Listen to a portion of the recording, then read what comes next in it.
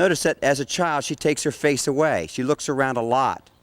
And if I stop her, she's doing pretty good. But I've had to work with her even just to get her to stand here for this long. You're going to see her as we begin to put some measurements on her and find out whether she really can work in a box. What do you mean the box? Our goal in riding the horse in a box or in a set of 4 gaits is so that we can gain control over each area of the horse.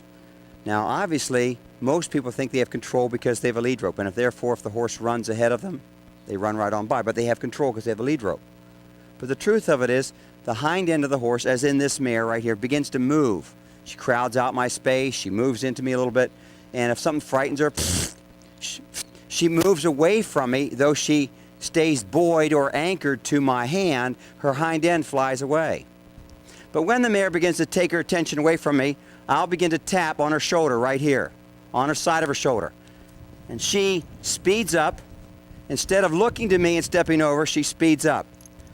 Notice how she'll run me down this way. So I move over, and I ask her to move forward. What this mare is doing is overreacting to any kind of correction, and she's controlling the issue between she and I. And this time now, I'll add to this a little bit of shoulder yielding. I ask her to step her. Can you see if she can build the confidence of stepping over to her shoulder while she moves forward? Notice that whenever I move into her, she immediately stops. And then she's going to overreact. Good. There she's got a little bit. See that try? What I want to do is get her to separate her shoulder from her hips. I'm going to begin to start to pivot her around. Pivot her around like this.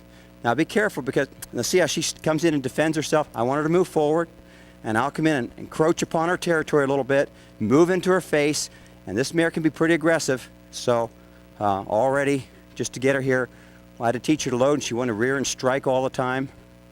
So I know that's in her nature. And when she does that, I will correct her.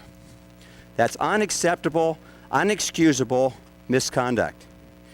Because I'm teaching this mare not just to respect me, but if she doesn't respect me, she surely won't respect a less skilled or less experienced handler.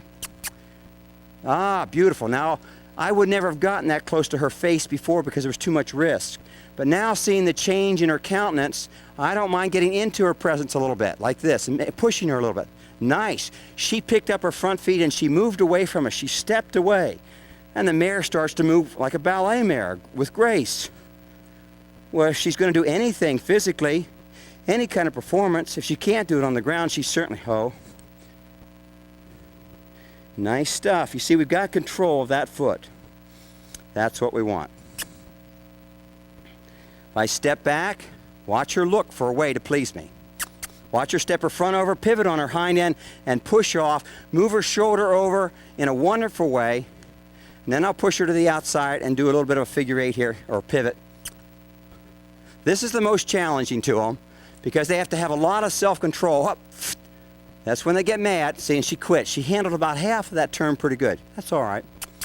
That's her maturity level. I accept that. We don't get it all in one day, but we got a lot just in that process.